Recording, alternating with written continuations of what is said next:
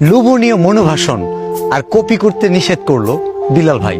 আর এতে আপনারা উঠে পড়ে লাগলেন যে বিল্লাল ভাই এই কথা কেন বললো, তাকে ইন্সপায়ারেশন ভাবি, সে আমাকে কেন এই কথা বলবে, হ্যাঁ সে কি একাই টাকা কামাবে, আমাদের দরকার নাই? হ্যাঁ অফকোর্স দরকার আছে। তাহলে বিল্লাল ভাইয়ের এই প্রসঙ্গে যখন আপনারা আপনাদের মতো করে কথা বলার চেষ্টা করতেছেন, ভিডিও বানাচ্ছেন, কেউ গালি দিচ্ছেন, কেউ তালি দিচ্ছেন, কেউ পক্ষে কেউ বিপক্ষে, এই যে বিভিন্ন যুক্তি দেখাইতেছেন, কেউ আবার রোস্টিং করতেছেন, আবার কেউ মানে জীবনে রোস্ট করেন না, এটাই হয়তো ফার্স্ট টাইম রোস্ট, কিন্তু আপনি জানেন না যে আপনার রোস্টিং স্কিল আছে। তো বিল্লাল ভাইকে ছোট করতে গিয়ে বা বিল্লাল ভাইকে বড় করতে গিয়ে আপনি কিন্তু নিজেরে খুঁজতেছেন। বিল্লাল ভাই তো এটাই চাইছিল যে কপি না করে এমন কিছু বানান যে ভিডিওকে এখন পর্যন্ত বানায় নাই।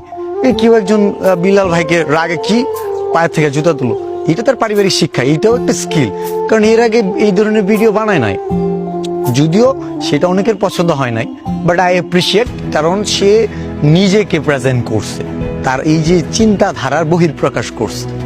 যদিও অনেকের কাছে ভালো লাগে নাই, বাট আমার প্রত্যেকটা ভিডিও ভালো লাগছে, গালি দেন আর তালি দেন। ফ্যাক্টরটা হচ্ছে যে এই যে আপনারা যে কপি ছেড়ে দিয়ে মানে কপি করা বাদ দিয়ে নিজে কিছু বলার ট্রাই করতেছিলেন, আমি তো সেটাই চাইছিলাম।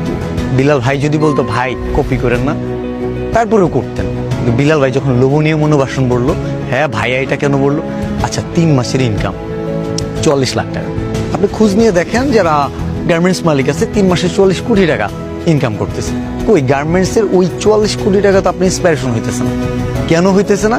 কারণ বিল্লাল ভাই ফেসবুক থেকে কামাইছে, গার্মেন্টস দেওয়া তো অনেক কঠিন ব্যাপার, ফেসবুক তো ইজি। তো ইজিটা আপনার ইন্সপায়ারেশন তো ওই 44 লাখ আসবে না।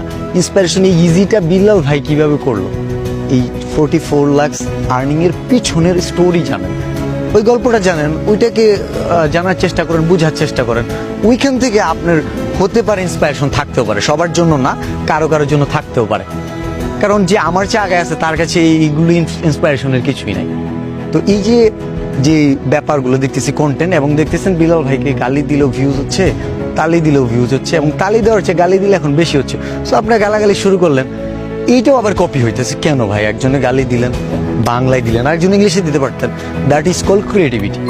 আমি যেটা বুঝাইতে চাইতেছিলাম যে আমাকে নিয়ে যে কন্টেন্ট হলো, কি কি কন্টেন্ট হইলে আরো মাস্টারপিস কন্টেন্ট হইতো, যেগুলো আপনারা দেন নাই। ক্রিয়েটিভিটি ইউজ করলে আরো ভালো করতে পারতেন। যেমন ধরেন আমরা স্কুল লাইফে যখন পড়ছি, কলেজে যে বিতর্ক প্রতিযোগিতা হইতো, যে আজকের বিতর্কের বিষয় নির্ধারণ করা হয়েছে, আমি এটাকে অনুপ্রেরণা বলবো না, এটা কেবল লোভনীয় মনোবাসন। এই বিষয়ের বিপক্ষে আছে আমাদের অমুক, পক্ষে আছে অমুক অমুক, এবং দলনেতা হিসেবে অমুক আছে।